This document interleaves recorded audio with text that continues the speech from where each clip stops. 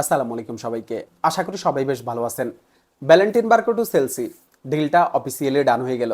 যদি আমরা অনেক আগে কনফার্ম হয়ে গেছিলাম যে ভ্যালেন্টিন বার্কো চেলসিতে আসতেছে, চেলসির সাথে ভ্যালেন্টিন বার্কোর চুক্তি হয়ে গেছে, তবে একটা অফিসিয়াল ঘোষণা আসার বাকি ছিল।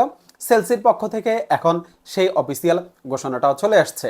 অফিসিয়ালি ভ্যালেন্টিন বার্কো এখন চেলসির ফুটবলার।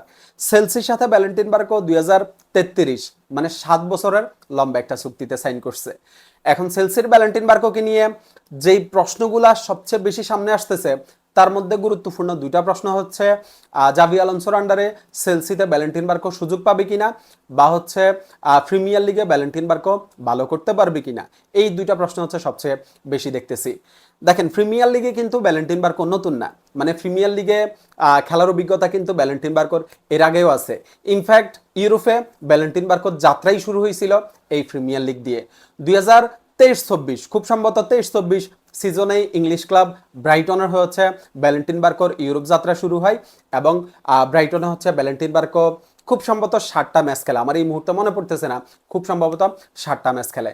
7টা ম্যাচ খেলার পরে হচ্ছে ভ্যালেন্টিন বার্কো লোনে যায় স্প্যানিশ ক্লাব সেভিয়াতে, এবং সেভিয়া থেকে ভ্যালেন্টিন বার্কো হচ্ছে আপনার লিগ ওয়ানের ক্লাব স্ট্রাসবুর্গে যায়।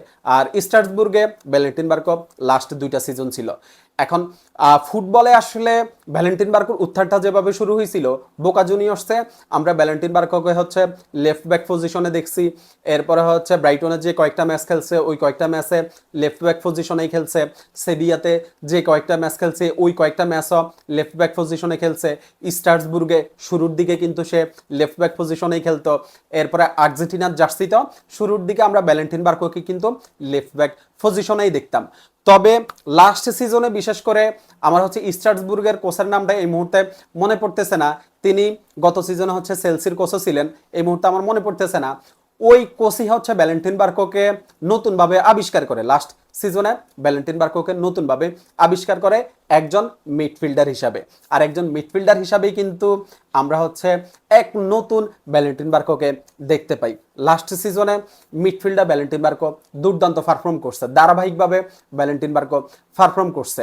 মিডফিল্ড কন্ট্রোল করা, বল রিকভারি, ট্যাকেলস, ইন্টারসেপশন, এরপরে চান্স ক্রিয়েট করা, নিজে গিয়ে গোল করা, অ্যাটাকের সাথে ডিফেন্সের লিঙ্ক আপ তৈরি করা, মানে একদম পরিপূর্ণ একজন মিডফিল্ডার হিসাবে হচ্ছে আমরা ভ্যালেন্টিন বার্কোকে দেখছি। আর্জেন্টিনার হয়ে লাস্ট কয়েকটা ম্যাচও কিন্তু ভ্যালেন্টিন বার্কো মিডফিল্ডার হিসাবেই শুরু করছিলেন, এবং মিডফিল্ডার হিসেবে কিন্তু ভ্যালেন্টিন বার্কো দুর্দান্ত করছেন। এখন জাভি আলোনসোর আন্ডারে ভ্যালেন্টিন বার্কো আসলে সুযোগ পাবে কিনা, দেখেন শুরুর দিকে কিন্তু ভ্যালেন্টিন বার্কোর জন্য সুযোগটা আসবে না। ভ্যালেন্টিন বার্কো হচ্ছে সাব হিসাবে শেষের দিকে কয়েকটা মিনিটের জন্য মাঠে নামবে, আর ওই কয়েকটা মিনিটেই কিন্তু ভ্যালেন্টিন বার্কোকে হচ্ছে নিজের জায়গাটা তৈরি করে নিতে হবে। ওই কয়েকটা মিনিটেই ভ্যালেন্টিন বার্কোকে হচ্ছে নিজেকে প্রুভ করতে হবে।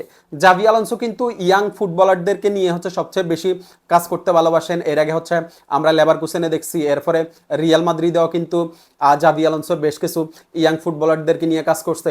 সেক্ষেত্রে ভ্যালেন্টিন বার্কোকে নিয়ে কাজ করা জাভি আলোনসো ভ্যালেন্টিন বার্কোকে সুযোগ দেওয়ার সম্ভাবনা খুবই বেশি।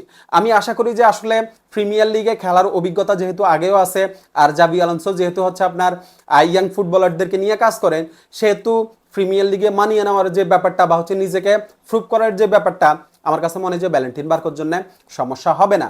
আশা করি যে ভ্যালেন্টিন বার্কো যতটুকু সুযোগ পাবেন ততটুকুই হচ্ছে নিজেকে প্রুভ করবেন, ততটুকুই কাজে লাগবেন। আশা করি চেলসিতে ভ্যালেন্টিন বার্কো ভালো করবে, এবং চেলসিতে ভালো করে হচ্ছে ভ্যালেন্টিন বার্কো আর্জেন্টিনার জার্সিতেও লম্বা একটা সময় ভালো করবে। শুভকামনা থাকলো ভ্যালেন্টিন বার্কোর জন্য।